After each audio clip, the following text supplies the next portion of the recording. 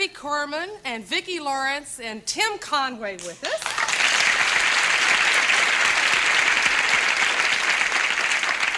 And a lady I really love very much. She's been my favorite actress for a long time, and we are so thrilled to have her on our show, Miss Shirley MacLaine.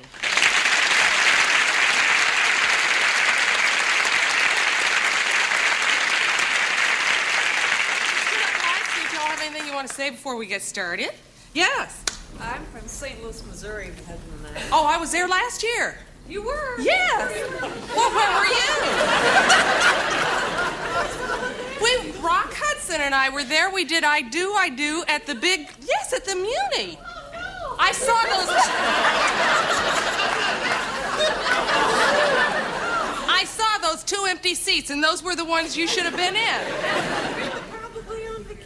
Well, you have no right to go on vacation, and we're coming to say, I came all the way there, and you came out. Thank you very much. Boy, is it hot there. Jeez, it was 105 degrees on stage every night that we were working. Yeah, humidity was 85. We were absolutely drenched, and then to top it off, you open your mouth to sing, and a moth flies in. It's outside. Yeah. Do you know those cottonwood trees? They scared the out of me. Because I saw them. Have you ever seen cottonwood trees? Anybody? What they do is they kind of float, these little balls of cotton, and you're in 100-degree heat and you think it's snowing. So you think, you've had it. And then at night, when we're doing the show, I'd watch them and they would swirl kind of on the floor into a corner, and I was afraid to turn my back on them because I thought they'd attack me and I'd become a giant Q-tip. Incredible, yeah. Carol, I'm from New York City. Did you ever work the Catskill Mountains? Yes, I did. As a performer.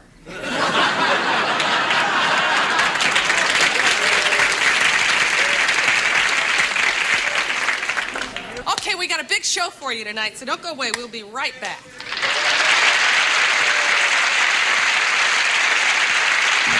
From Television City in Hollywood, it's the Carol Burnett Show. With Harvey Korman,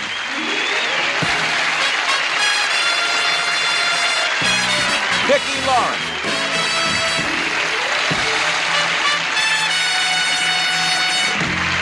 and Tim Conway.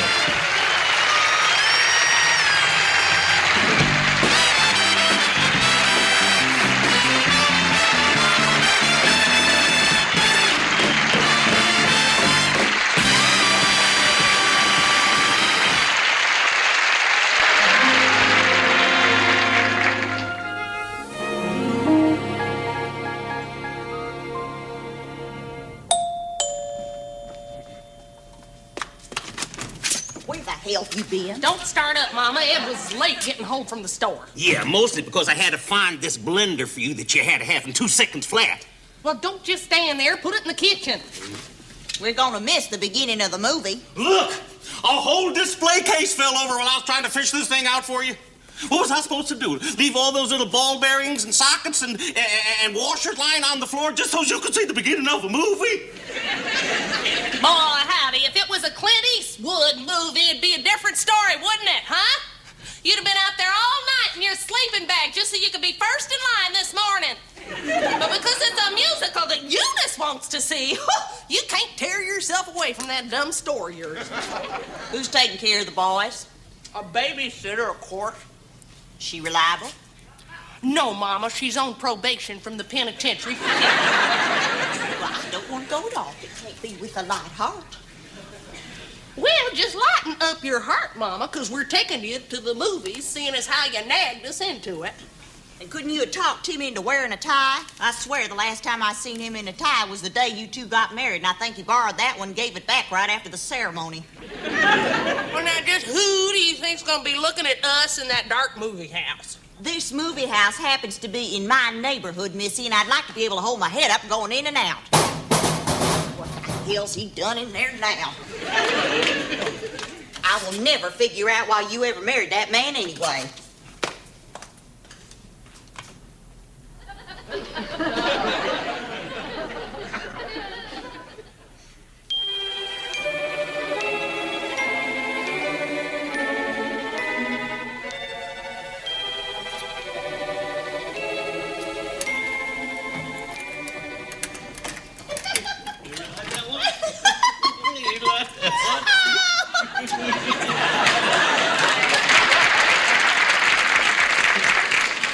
man, Higgins, you are the funniest thing. Call me a nut, call me corny, but I am a sucker for them knock-knock jokes.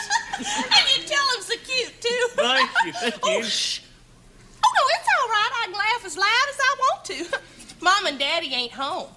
They're over at my Aunt Eloise's for the whole weekend. Well, good night. I had a lovely time. Can't I just come in for a minute tonight, you? Why, Aunt, how would that look? Well... Who's looking? Now, I just mentioned it in passing. I didn't want to put any crazy ideas into that crazy head of yours. You don't have to worry about putting any in there. I got enough in there all by myself. Well, okay, sit down and I'll get us a couple of Cokes. Okay. We got plenty of Cokes. Fine, use that, hit the spot. Boy, would Mama have a fit if she knew that I was out this late. Didn't you just love that movie? Oh, well, I like westerns better than musicals. Oh, well, I can understand that. In fact, I respect you for it. Musicals ain't very viral. Ain't you just crazy about that June Haver? Oh, I can take her or leave her. Oh, she's one of my all-time favorites. Of course, you know who my all-time favorite is? Betty Grable. If you're a romantic chum, pack up your duds and come to Acapulco. Da-da-da-da-da-da-da-da-da-da, Acapulco. Take it up! Take it up! Now, you just get your mind on the right track this minute.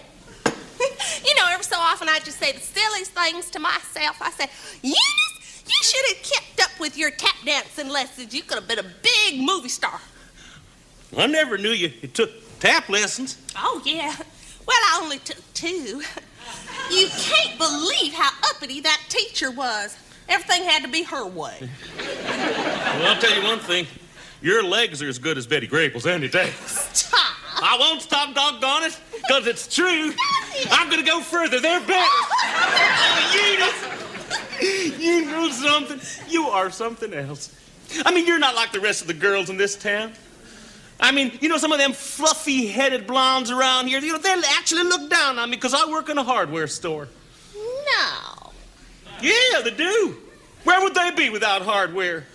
Now, supposing you took all the hardware out of this house right now, where do you think you and I would be? Oh, stop it. I don't want to hear any more about it.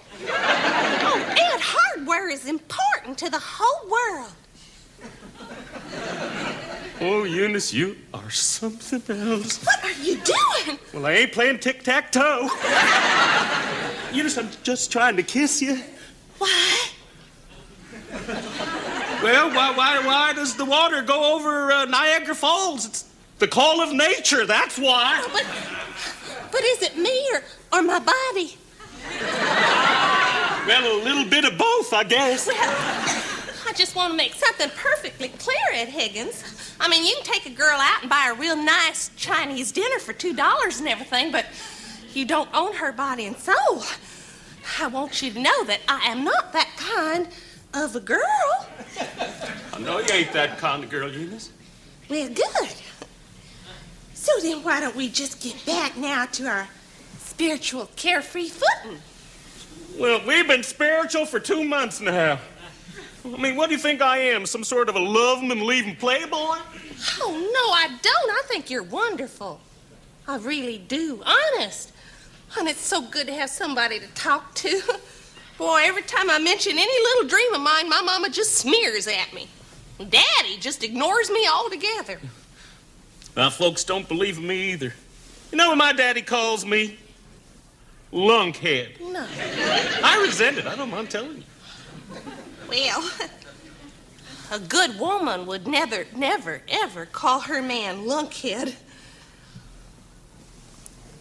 Oh, Eunice. Oh, stop. Eunice. Oh. Eunice, is that you? Oh, Yes, Mama, it's me. I'm in the living room with a friend. What are you doing home? Never mind what I'm doing home. What are you doing in the living room at this hour causing all that racket? You just getting in, you're popping up, and words sick. Oh, Mama, calm down. You will. That stupid Mary Beth Pickens, I'm gonna come in here right now and kick her out of this house once and for all. Well, I got to be toddling, Eunice. No, Mama, it ain't Mary Beth. It's a boyfriend. man whom you do not know. So why don't you come out here and meet him like a civilized person? Huh? Here's my mama.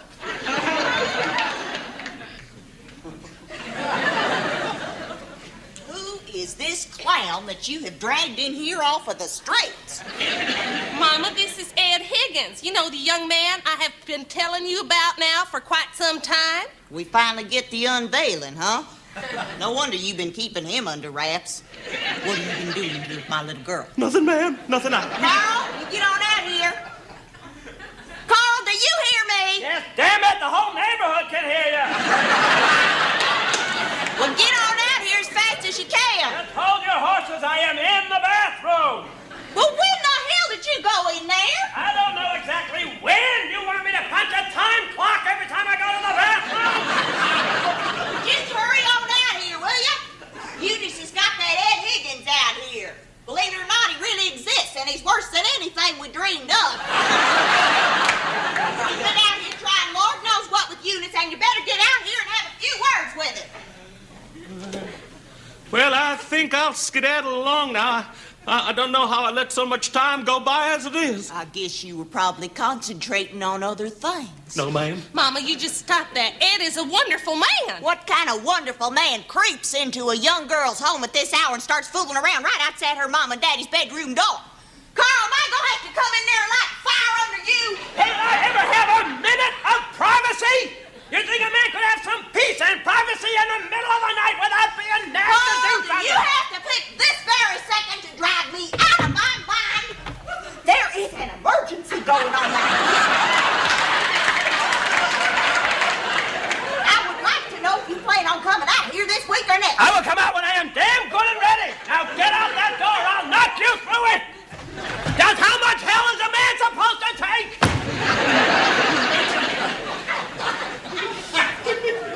Well, might be a much better idea if I saw you later anyway, Eunice. How about Sunday morning? Pick you up about 10 and we'll go out to Brush Creek for that picnic. You think you're taking my little girl out to Brush Creek? You got another thing coming. I know all about what goes on at Brush Creek. Don't you pay any attention to her. She goes off her rocker every now and then. Don't you ever dare come in this house again.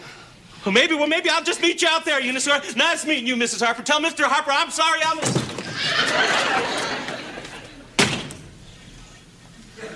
I will never forgive you for this as long as I live. He was about to propose to me. Well, then he's even dumber than he looks. So he may not be smart, and he may not have a great personality, and he may not even be particularly attractive, but he respects me, and he's the first person in this whole wide world that ever has, and I am drunk with it. And if you think you're going to drive him out of my life, you got another thing coming. Ed, wait for me. I'm yours if you want me. Oh, well, I'm sure the neighbors got a big kick out of that. I am going to get away from you, Mama, if I have to marry Ed Higgins by hook or by crook. You're going to marry that big dumb cluck over my dead body? I hope so.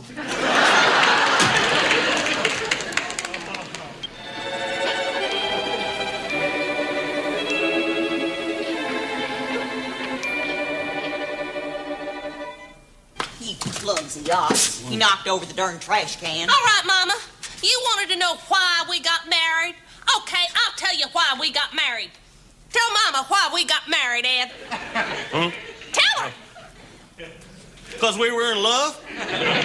What the hell are you talking about? Tell her the real reason. Well, I got that blender all assembled. Let's get going to that movie. Oh, no, you don't. I want to satisfy my mama's curiosity. Just tell her what happened that night she drove me out of my own home and into your arms. You told me you'd kill me if I ever told your mother. Well, I take it back. It is time we satisfied her curiosity. Go on, just tell her what happened that night, that I went with you, and then later on, we had to get married. I get your drift, Eunice. Welcome to the club.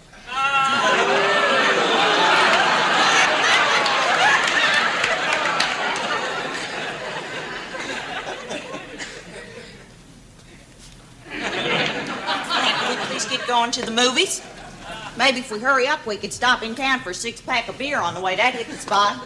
You got any money on you yet? Am I going to pay for my own ticket again? You two want to hurry up before the prices change?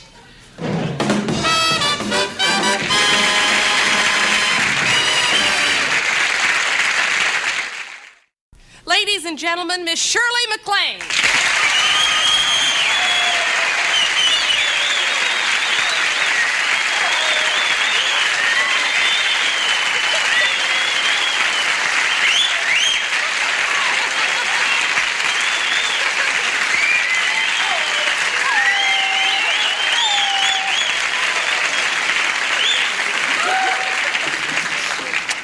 I brought Did you bring? Oh, great. Shirley and I have been talking all this week about letters that we get from you folks, all you folks at home that are nice enough to write in.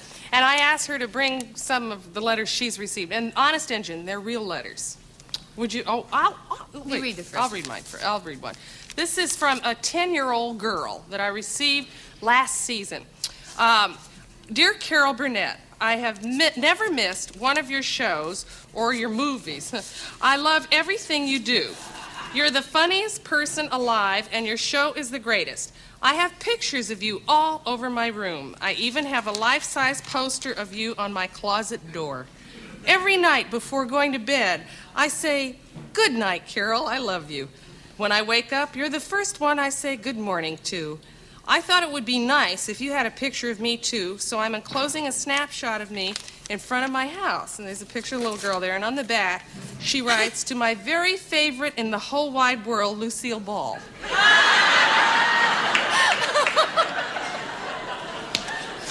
Listen to this.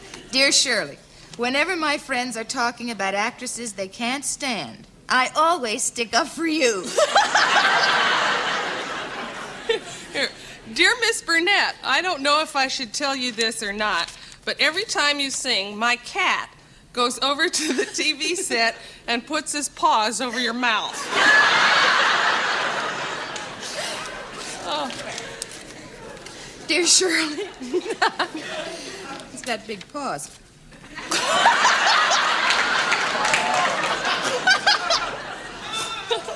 Dear Shirley. Oh, yeah, they're Shirley now. They used to be Miss MacLaine. Yeah. You're tops in my books. In fact, you're my idol. I think it's because we're so much alike. You see, my brother got all the looks in the family, too. Yeah, it's really great to be loved, isn't it? We get love letters, hate letters, how'd you lose weight letters, Dumb letters, smart letters, how did you start letters? cute letters, crank letters, blankety blank letters too. We get bold letters, shy letters, mud in your eye letters, Cold letters, hot letters, you should be shot letters, kind letters, mean letters, often obscene letters too. We love getting letters, they keep us alive, but sometimes we wonder if we can survive our fan mail. You got some more? Oh, good. Oh, thank you, Randy. Ah, here's one. Hi, Carol, you do great funny shows. No, oh yeah, you look like a light bulb. Oh, there's more to it. Why do you always look like you are sitting in a chair? Do I look like I'm sitting in a chair? It's amazing how imaginative Let's they say are. A from light here bulb up, sitting I in the said, yeah. chair on. The part of the show I like the best is the end. Love, Andy. You got one? You have another? Dear Shirley MacLaine, I forgot this one. I'm a big fan of movies and acting. I think you are the greatest actress I have ever seen. Could you please send me a picture of yourself in a bikini? We get nice letters, nuts letters, I hate your guts letters. North letters, south letters, wash out your mouth letters. East letters, west letters, Harvey's the best letters too. We get true letters, fib letters, up women's lib letters. Weird letters, bored letters, trust in the Lord letters, Long letters, short letters, see you in court letters too. We love getting letters, they keep us alive, but sometimes we wonder if we can survive our fan mail. Thanks, Randy. Oh, good. Dear Miss Burnett, I wanted to watch your show, but it went off the TV. If it don't come back, I'm going to not watch it anymore. P.S. When you laugh, I can see your tongue and all your teeth way to the back of your head. It's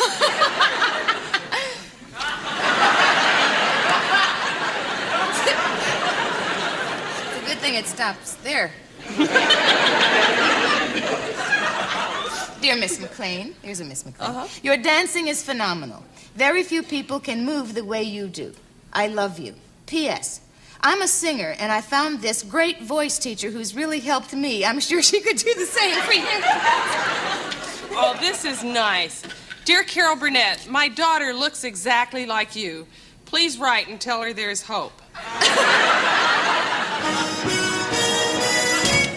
We get hip letters, square letters, get off the air letters. Peace letters, fight letters. Why don't you write letters? Old letters, new letters, some postage due letters too. We get cops letters, crooks letters. Who writes your books letters? Thin letters, fat letters, your chest is flat letters, Red letters, blue letters. Who sleeps with you letters too? Are those your real teeth? Is that your real hair? Please, could you send me a picture of Cher? Van Bell. I'm fantastic. I'm unique. I am plastic. I'm a freak. I'm a rotten person. I'm unspeakably depraved. But please, keep them coming. It shows that you care. It's you who keeps screwballs like us on the air with your fan mail.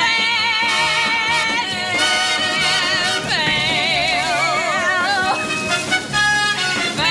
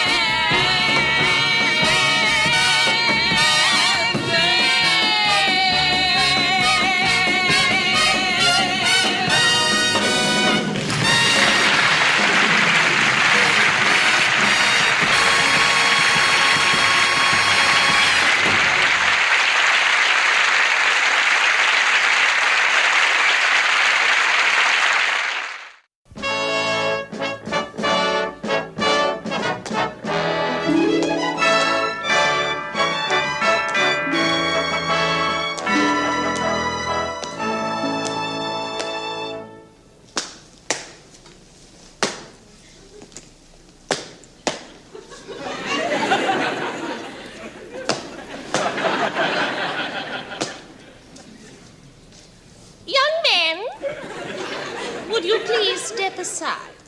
You can't go in the palace.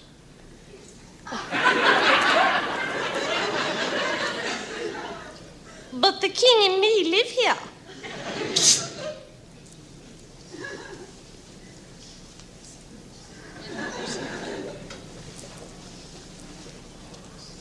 But the king and I live here. Maybe you do, maybe you don't. But nobody goes in the palace without the password. But I am your queen.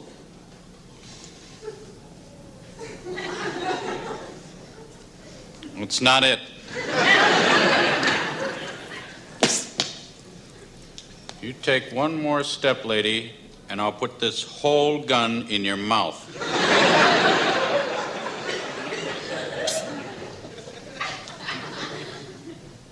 What did he say? He said if I took one more step, he would put the whole gun in my mouth. I'd like to see that. My husband said he'd like to see.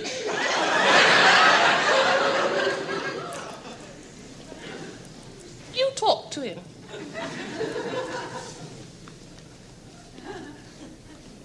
Young man, we really must get in there. The Queen has to get to the throne.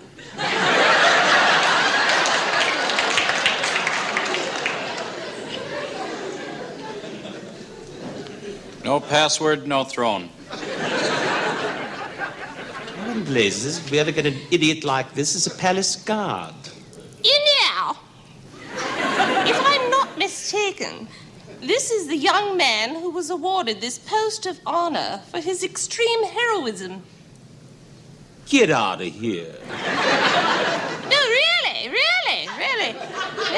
That man saved his entire platoon by swallowing a live hand grenade before it went off. Oh, come on. I kid you not. That poor brave man standing there has no internal organs. Hey, this is the king you're talking to. I mean it. He is completely hollow. Watch.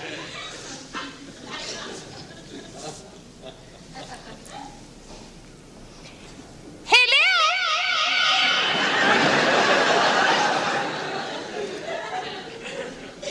By Jove, you're right. Young man, we're very proud of you. You're a very dutiful guard, and we would like to present you with a reward. Okay, by me. Every man has his price. Here's a nice new shiny shilling for you.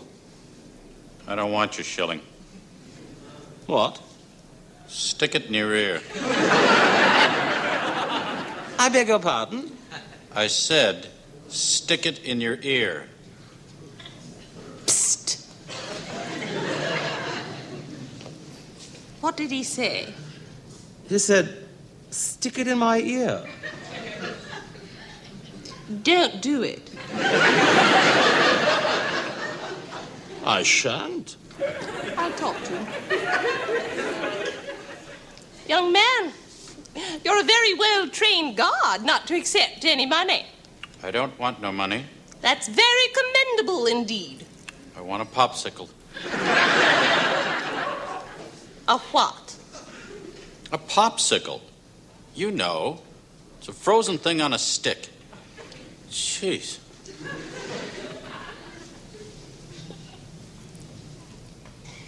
He wants a popsicle. A what? A popsicle. You know, a frozen thing on a stick. Shoes. That's completely preposterous. How are we going to find a popsicle? Yes, Your Majesty. Young man, I would like a popsicle, please. What flavour, Your Royal Highness? Oh, wait a minute. What flavour? Buffalo. He wants a buffalo popsicle. Are you sure? Would I make that up? Young man, I would like a buffalo-flavored popsicle, please. I don't have that, Your Majesty. Oh, you expecting any in? Your Highness, there's no such thing as a buffalo-flavoured popsicle. Yeah. Young man, there is no such thing as a buffalo-flavored popsicle. Oh. Well, I'll take a double-decker cone then. Yes, all right. Give me 1 scoop of antelope sherbet and 1 scoop of goat hoof ice cream. You're out of your gourd, guard. Do you know that? Do you know that? Do you know what's under that fancy hat of yours, huh? Vacant city! Now, the king and me have been standing, the king and I have been standing here in the cold night air, freezing our royal amulets off, while you are standing there, gun in hand, preventing us from entering our beautiful helm, blabbering on and on about antelope ice cream and goat hoof sherbet. It's antelope sherbet and goat hoof ice cream. Whatever! Now you listen to me, and you better listen good. They got vanilla. They got chocolate. They even got coconut papaya. But there is no such thing as animal-flavored ice cream, you hollowed-out little creep!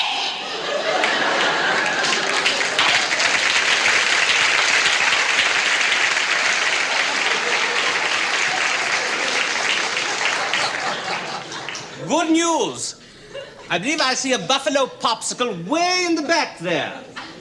Well, there you go, smarty pants. Here, hold this. Where? Right in the back. Oh. All the way in the back. All right.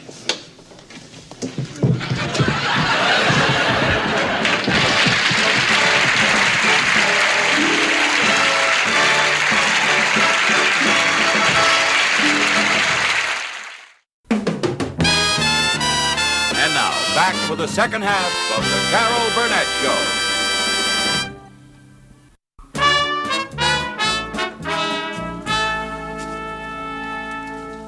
Gee, this little league is really great. You know, my Billy getting on the ball team has been responsible for my meeting a lot of neighbors. I mean, without Little League, I never would have met you. That's right.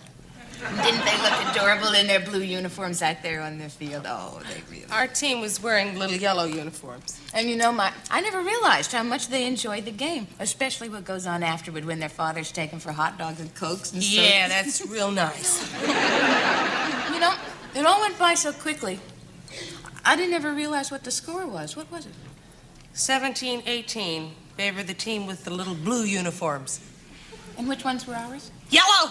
And my favorite play in the whole afternoon was when Billy yelled, "I got it! I got it!" Except your little Billy didn't got it. Your little Billy's error cost us 3 runs, the ball game, and the agony of defeat. My Billy's team lost? Gee. Oh, that's a shame. I hope my baby doesn't feel too bad. The poor kid should feel bad. The poor kid blew the ball game. Oh, come on, it was only a game. Listen, I meant to ask you, where'd you get that purse? Only a game? Only a game? Look, dear, Wall Street is a game. Insurance is a game. But a ball game isn't a game. Are you serious? Well, yes, I'm serious, and I can't believe that your kid bobbled that easy pop-up. Oh, is this the mother of the kid who blew the game? You got it. Hey, wait a minute. I'm the mother of an 8-year-old child who happens to be 5'1", weighs 42 pounds, and is apparently ready to go to jail for not catching some stupid ball. How about the 3 strikeouts? I can't believe this. Grown-up people mad at an 8-year-old for a small mistake. Don't you realize that disaster, which you keep calling a small mistake, do you realize what that's done to our morale? But they're only 8 years old. They've probably forgotten about it already. Them? Who? I'm not talking about them. Who cares about... I'm talking about us, the parents. How do you think we feel? How can we face each other knowing that our kids are losers? Our kids are not losers. You're right. Thank you. It's your kid who's a loser. I can't believe it. I just can't believe it. We had him. 17-15. The pitcher's working on a no-hitter. And then the little creep has to drop an easy fly ball. Give me a beer. Yeah, coming right up, Dr. Hoyt. There you are. The coach is a doctor. Child psychiatrist. That figures. And then you know what that little pipsqueak has the nerve to say to me later in the locker room? Yeah. It's only a game. If I ever get that kid on my couch. Hey, that's a kid's mother sitting over there. Oh, yeah? I wonder if she heard me call her creep a creep. I'm sure she did. Good. Nice going, lady. Hey, Coach Perkett. Why not? Misery loves company. Oh, by the way, Coach, this is Helen Lesser.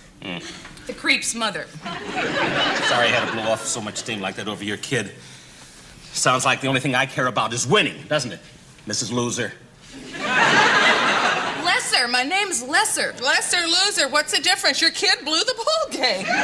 We want to know, what are you going to do about it? Yeah. When my kid messed up, once you benched him for 2 weeks until he learned how to pitch better. Well, that means extra practice. I don't have the time. Well, why don't we round up a posse and string Billy up? Maybe if I played the kid in right field. No good. Next week they might have a left-handed batter. I tell you what we do. Why don't we get the CIA to slip Billy a poison Twinkie?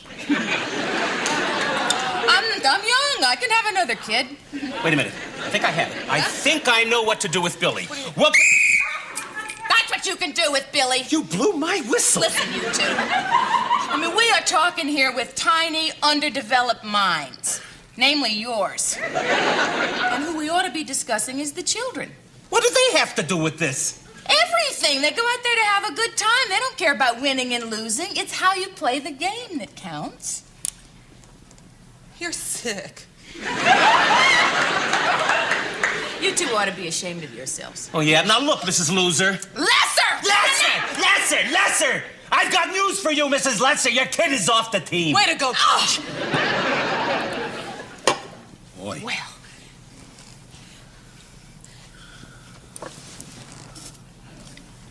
Well, I'm not surprised. I knew this was going to happen. It's not the first time, you know. The first time was in New York. An easy ground ball went right through my Billy's legs. The poor kid picked it up and threw wild. There was nothing my husband and I could do about it. We had to move. To Syracuse. But then the same thing happened again. And my husband sold his business again, and we moved again. This time to Jacksonville. I mean, to make a long story short, here we are in Paducah. Sounds like a big sacrifice to make for a kid, right? But Billy loved the game. You know what it means to have a kid who loves the game so much? Well, one has to face reality, I suppose. When it comes to baseball, the kid stinks. Okay, that's the news I have to take home to Billy tonight. No more baseball. It's time to switch to ballet lessons. Now look, Mrs. Lesser. Loser, my name is Mrs. Loser. You were right the first time. Helen, don't say that. Well, why not? Do you know what it's like to realize you're a mother who's got a kid who can't even catch a fly ball? Yes, but baseball is only a game. Yeah, you win some, you lose some. Why does my kid always have to lose? I mean, I really think it's time that pipsqueak fly dropper of a butterfinger learned to face reality. Even an 8-year-old has to face life, right? My kid is washed up in baseball. No, he's not. No, not washed up. Look, can I reconsider? Mrs. Lesser, please. Billy's back on the team. How's that? Billy can be one of the gang again. Oh, Coach! Billy! Oh, Coach! Billy's back on the team. Does that make you feel better? Okay. Is that going to be okay, Helen? Listen, I'm having a little Tupperware party next week. You come, okay? You have Billy at the practice field Monday morning at 10, okay? Okay. Over my dead body, okay? Hi, Mom. Hey, Billy. How you doing? You didn't feel too bad about missing that fly, did you, my baby? You're going back on another team.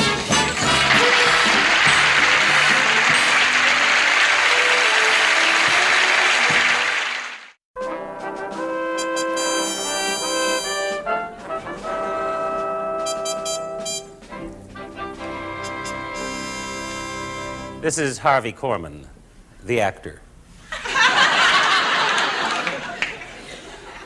200 years ago today, the British Army, under the command of General Burgoyne, was moving along the Mohawk in an attempt to split the colonial army by advancing along the Hudson River in hopes of besieging them at Albany. The morale of the ragtag revolutionary troops was low. But one young drummer boy, inspired by the cause, rallied the troops with his heroism. His name, Warren Holt. Now, though he was far younger and less hardened than some of the veterans around him, his patriotism was aroused when the first shot was fired.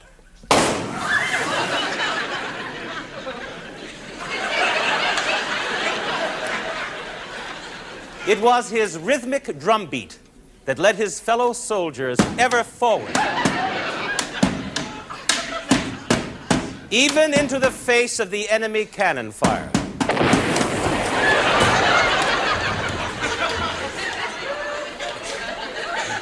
The only answer seemed to be retreat. But this notion was quickly dispelled when the revolutionary forces answered with their own cannon fire from the rear.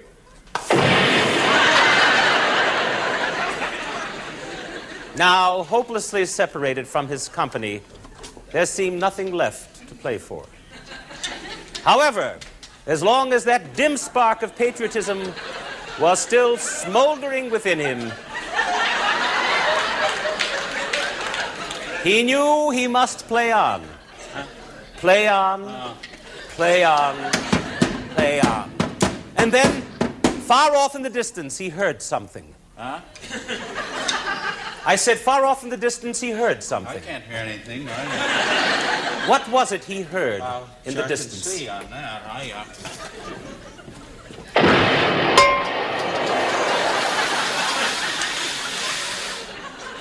It was the roar of a cannon. And a ball, too.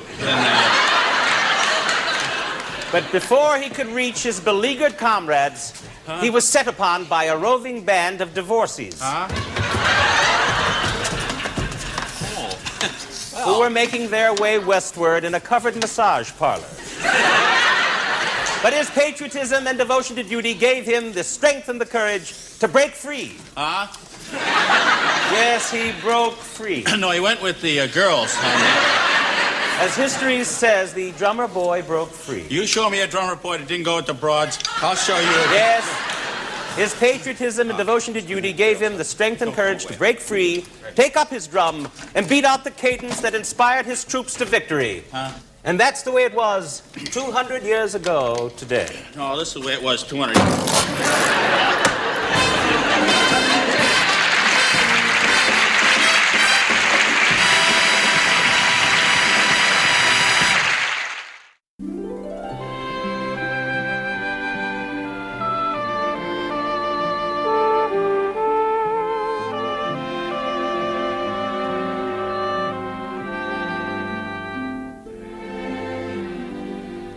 Look at yourself dressed up in a fancy gown, making believe you're ready to paint the town. You with your two left feet, indulging in self-deceit. You're on your own again, stuck here alone again, dreaming.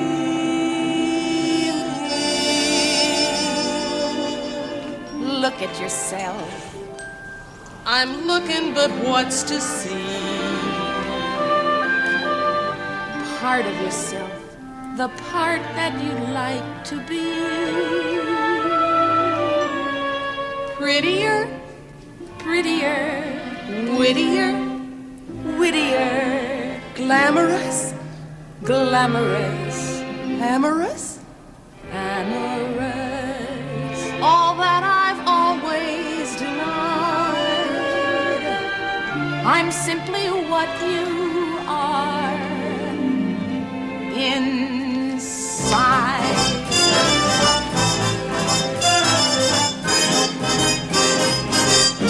Look at me, I am gorgeous. I am absolutely gorgeous. Here's this avalanche of beauty in one woman, and I'm it. Look at the way all of the parts fit together. Look at the hair. Look at the shape. Look everywhere. I am such a divine me. Every studio will sign me. My cup runneth over. Whoever saw such a complete wow? Nobody could say no to me now. No one is as gorgeous as I am. I'd love to dance like they used to dance when you held a man in your arms. I know what you mean. Every girl needs someone who leads. These days it's tough to tell whether they're even dancing together. Whenever I hear the music just the partner I choose. Someone born to be cheek to cheek with me. Arthur Murray can't shine his shoes. Round and round we go. Is there ground below? This feeling's too good to be true. How I'd love to dance like they used to dance with a man in my arms.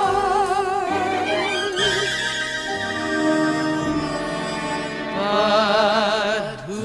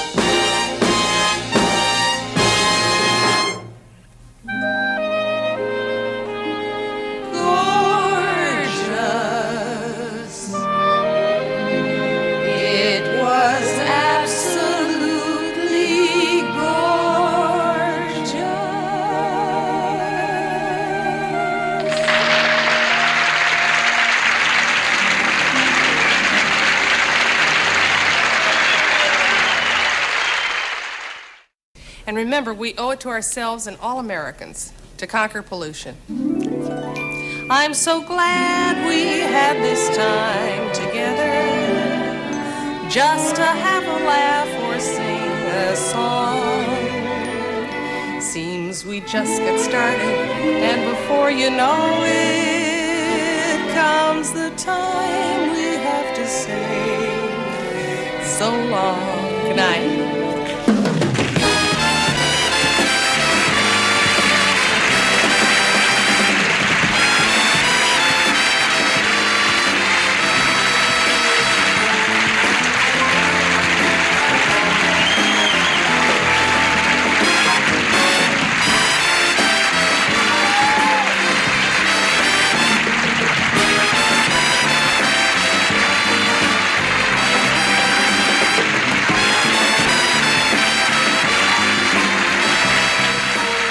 Dick Clare was the voice of Carl Hopper. The preceding program was recorded before a live audience